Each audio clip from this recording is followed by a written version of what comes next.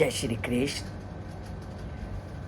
परम पिता परमात्मा से जुड़ना है और जीवन को सुखी बनाना है तो क्या करना है? तो कोई ऐसी चीज़ नहीं जिसको परमात्मा ने गीता में वर्णन ना किया हो। जैसे ही लोग ये कहते हैं कि संसार दुखों का घर है, परमात्मा को ये बात पता थी, लोग कहेंगे, तो उन्होंने क्या कहा कि तुम इस संसार में भी अपने जीवन को सुखमय बना सकते हो।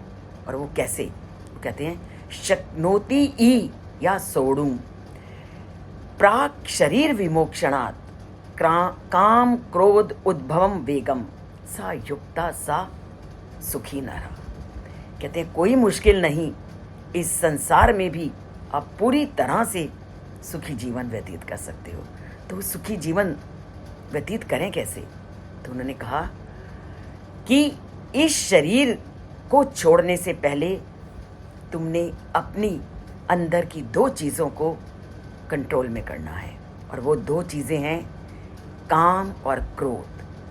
काम का तात्पर्य सभी प्रकार के भौतिक सुखों वाली इच्छाओं से है कि जब तुम्हारे सामने ये भौतिक सुख सामने आए तो उस समय तुमने अपने आप को कंट्रोल करोगे तो तुम्हारा जीवन सुख से परिपूर्ण होगा। क्यों? क्योंकि एक तुम ही ऐसे हो धरती पर जिसको परमात्मा ने विवेक शक्ति दी है, सोचने समझने की शक्ति दी है। जब भी आप संसार में आते हो और इच्छाओं के घेरे से गिरते हो तो उस समय कुछ नहीं करना, केवल विवेक शक्ति को जगाना है। विवेक शक्ति के द्वारा सोचना और समझना है कि ये इच्छाएं जो मैं प्रतिपल बढ़ाता जा रहा हूँ वो मेरा हित करेंगी या अहित। क्योंकि इच्छाएं जब बढ़ती हैं वो कभी व्यक्ति का कल्याण नहीं करती। इच्छाएं जब जब बढ़ती हैं और जब जब व्यक्ति उसको पूर्ण नहीं कर पाता तो क्या होता है? क्रोध का रूप धारण करता है। और जब क्रोध आया तो क्रोधात बुद्धिनाशात प्रणश्यति। क्रोध ही ऐसा है जो व्यक्ति की बुद्धि का नाश करता है, और बुद्धि का नाश तो समझ लो हर एक चीज़ का नाश। तो करना क्या है? अपने काम और अपने क्रोध पर लगाम लगानी है और उस समय प्रयोग करना है विवेक शक्ति को।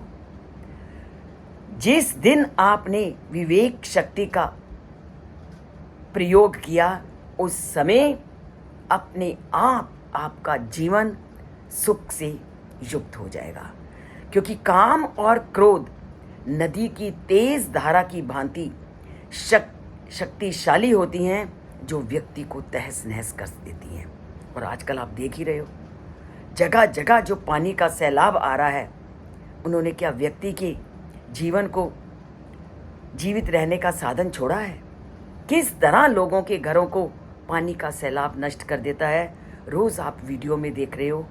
और यही कामना और क्रोध का वेग भी नदी की वो तेज धारा है जो व्यक्ति के जीवन को तहस नहस कर देता है। इच्छाएं उत्पन्न होंगी, उन इच्छाओं पर लगाम लगाना है। क्रोध आएगा, उसको नियंत्रण में करना है। पहले तो अभ्यास करना पड़ेगा और धीरे धीरे देखना आपकी आदत पड़ जाएगी। और ये मत कहो कि हम अपनी क्रोध को या अपनी इच्छाओं को नियंत्रण नहीं करते। आप भी करते हो, मैं भी करती हूँ। जैसी परिस्थिति होती है जहाँ नियंत्रण करना है हम नियंत्रण भी करते हैं, पर इसको एक आदत बनानी है। और जब आदत बन जाएगी तो अपने आप आपकी इच्छाएं आपके वश में हो जाएंगी, आपका क्रोध आपके वश में हो जाएगा। और आज इच्छाएं बढ़ गई हैं, इसीलिए जो क्रोध है वो धरती पर बहुत ज़्यादा पनप रहा है। ज़रा सी कोई बात नहीं होती तो व्यक्ति क्या है, क्रोध को धारण कर लेता है। तो क्रोध को हमने रोकना है, इच्छाओं पर लगाम लगानी है और जीवन को सुखमय बनाना है। और क्रोध जिस दिन तुमने वश में कर लिया, जीवन को तुमने सुखमय बना लिया। तो इसके लिए करना क्या है,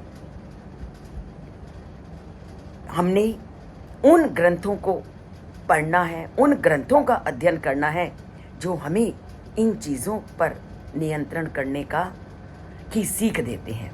और इसके साथ परमपिता परमात्मा ने काम और क्रोध पर अंकुश लगाने के लिए 2 खास बातें और बताई कि काम और क्रोध को आपने लज्जा, भय और संदेह के कारण कंट्रोल नहीं करना, बल्कि विवेक शक्ति से सोच करके इसको अपने ऊपर इसको काबू करना है।